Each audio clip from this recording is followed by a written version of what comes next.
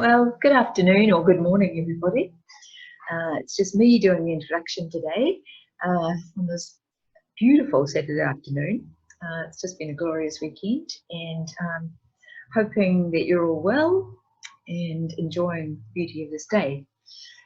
Mike and I went to Maraifo this morning, where we did a bit of help moving a bit of soil in preparation for the children's area. Little garden in there with lovely Anne Arnold and her husband and Bruce. So that was a good start to the day.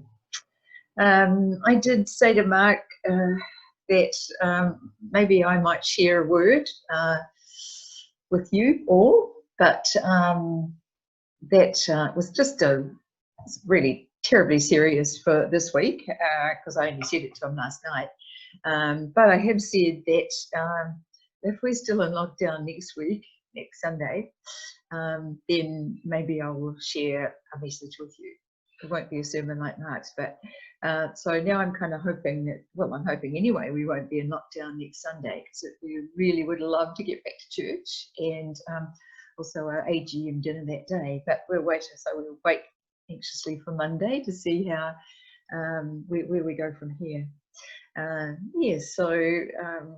Looking at the situation we're finding ourselves in still, and wondering what the future is, lots of unknowns. I read a couple of days ago, it's a bit like standing up in the dinghy, and I thought that described it quite well. Trying to remain balanced through all of this, and yet knowing, and even hopeful that the future will bring hope, and that God is in control.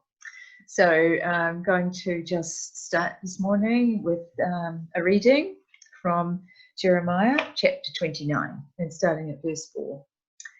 The Lord Almighty, the God of Israel, says to all those people who he allowed Nebuchadnezzar to take away as prisoners from Jerusalem to Babylonia: build houses and settle down, plant gardens and eat what you grow in them, marry and have children. Then let your children get married, so that they also may have children. You must increase in numbers and not decrease. Work for the good of the cities where I have made you go as prisoners. Pray for me on their behalf, because if they are prosperous, you will be prosperous too. And then carrying on from verse 11. I alone know the plans I have for you, plans to bring you prosperity and not disaster. Plans to bring about the future you hope for. Then you will call to me. You will come and pray to me, and I will answer you. You will seek me, and you will find me, because you will seek me with all your heart. Yes, I say, you will find me, and I will restore you to your land. I will gather you from every country and from every place to which I have scattered you, and I will bring you back to the land from which I had sent you away into exile. I, the Lord, have spoken. Thanks be to God for his word. Amen.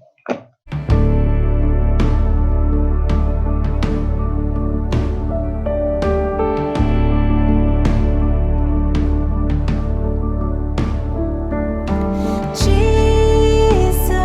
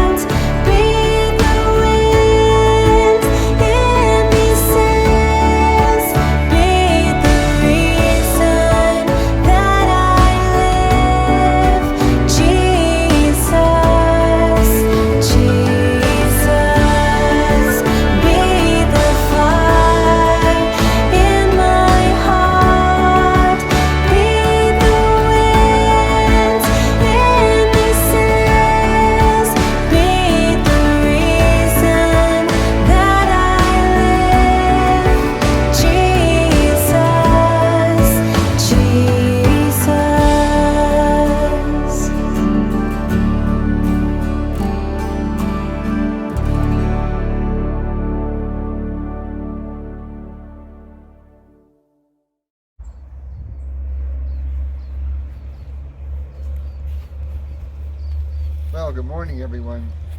And sorry we're not meeting in the church again today, but hopefully over the next couple of weeks that should be sorted out. I spoke or I wrote earlier in the week about the responses we could have to being in shutdown again, and reflecting on how when Israel was in captivity in Babylon, there was three basic responses.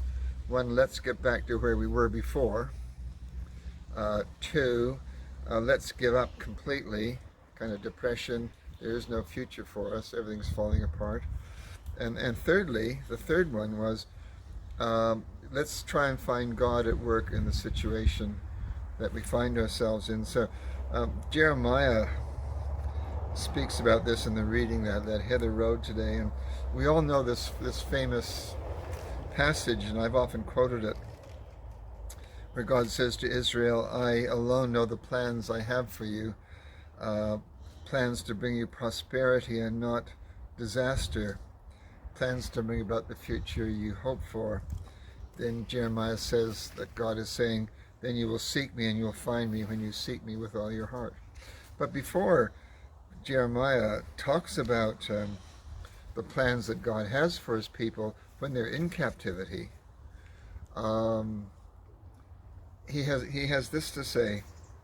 When you're in captivity, build houses and settle down, plant gardens and eat what you grow, marry and have children, etc., etc. In other words, don't sit around moping and muttering about what can we do and let's try and get back to where we were before, but see how you can turn the situation that you're in into something that's not only helpful for you, but helpful in this case for Babylon, but maybe in our case it's helpful for our country, helpful for our neighbors, helpful for our family. So it's not a case of saying, well, woe is me. And a lot of people find ourselves in this situation, kind of depression, can't be bothered doing anything, can't be bothered moving on. But Jeremiah is saying that God's calling to his people and saying, look, you're in this situation, I'm here with you, see what you can do. Trust me, I'm at work for good in your life. Now, between those two positions, between I know the plans I have for you and do get on living now, there's this space that we call liminal space. It's the space between I'm at this place now and I've got to make the most of it, and to where I start to believe that God has plans for me. And that this space, this in-between space, is sometimes called sacred space. And we're invited in that sacred space to slow down, to pray, to maybe think about our lives, the direction we're going in, what we would like our future to be. In other words, there's no reason not to be active where you are in this liminal or in-between or sacred space. It's called sacred space because that is often where God is at work in changing us. So that's my message for today. And sure, I'm not in the situation that a lot of you are in. I'm not having to go to work into an office somewhere. My livelihood probably isn't threatened, reduced, but not threatened. But there are some things that I've had to change, some plans I've had to rearrange. So I'm in a kind of a liminal space too. And if you're part of the congregation at Maritai, then I'm looking forward to the plans that God has for us as a congregation. And I believe He has special plans for us. So friends, keep the faith, keep believing, keep praying, keep hoping. Jeremiah is a great prophet of hope. He says hope is the greatest thing we have. So keep hoping, and don't be surprised when God turns this whole situation into something beautiful. So in the meantime, may God bless you and keep you. May the Lord make His face shine upon you and be gracious to you. May the Lord lift up His countenance upon you and grant you His peace. Amen.